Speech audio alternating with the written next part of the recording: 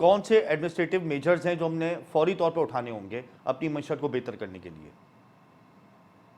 जी, administrative मैयत से मईशत बेहतर नहीं होती। मैं बड़ा क्लियर आपको बता रहा हूं। मईशत के अंदर कुछ देर के लिए संभाला आ जाता है, तो आप उसको एक गैप ले लेते हैं। तो ये दो चीजें होती हैं इकोनॉमी में। एक होती है पॉलिसी शिफ्ट, कि आप एक, जिसको हम स्ट्रक्चरल रिफॉर्म कहते हैं। जी। एक होती है ट्रांजैक्शनल एडमिनिस्ट्रेटिव मैयर्स। जो एडमिनिस्ट्रेटिव मैयर्स हैं वो ट्रांजैक्शंस जो हैं, जैसे हमारा ये डॉलर की पैरिटी की ट्रांजैक्शंस हो रही थी, या हम कोई ये SIFC के तहत कुछ जमीनें और एसेट्स बेचना चाह रहे हैं, ये ट्रांजैक्शंस हैं। जो मईशत है, क्योंकि हमारा जो ढांचा है मईशत का वो 240 मिलियन लोगों को सपोर्ट नहीं कर पा रहा। हमें कुछ बड़ी सीरियस इंडस्ट्रियल पॉलिसी के अंदर, एनर्जी पॉलिसी के अंदर और जो एक्सपोर्ट पॉलिसी के अंदर चेंजेस चाहिए, जो पॉलिसी इनपुट्स देगी।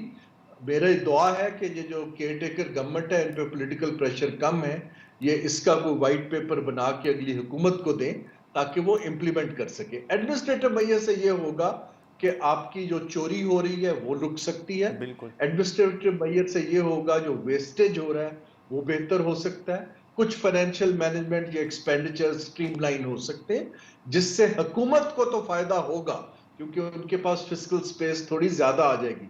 लेकिन अगर आप अवाम की सस्टेन्ड खुशहाली चाहते हैं तो हमें इकोनॉमी के ढांचे में तब्दीली की जरूरत है। हारून साहब, क्या IMF की पॉलिसी को सामने रखते हुए हम अपनी खुद की कोई पॉलिसी बना सकते हैं, या हमारा इस वक्त सारा का सारा फोकस IMF की पॉलिसी पर है, हम खुद कुछ भी नहीं कर सकते?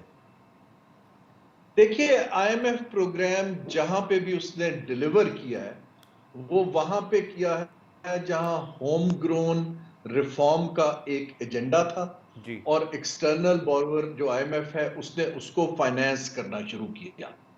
यहां अनफॉर्चुनेटली हम IMF जो एक स्टैंडर्ड पैकेज लाता है, हम उस पर साइन कर देते हैं।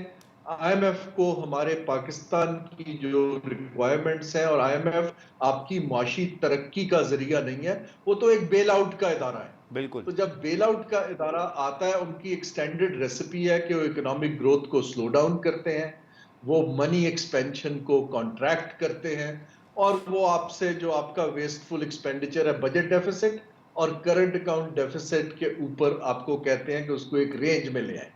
उससे ये है कि आपकी मैक्रो इकोनॉमिक स्टेबलाइजेशन पहले साल डेढ़ साल में हो जाती है, लेकिन जब हार्ड फैसले करने की जरूरत आती है कि उस स्टेबलाइजेशन का फायदा उठा के इकोनॉमी का ढांचा बदला जाए, हम प्रोग्राम नहीं करते हैं, बीच में खत्म कर देते हैं।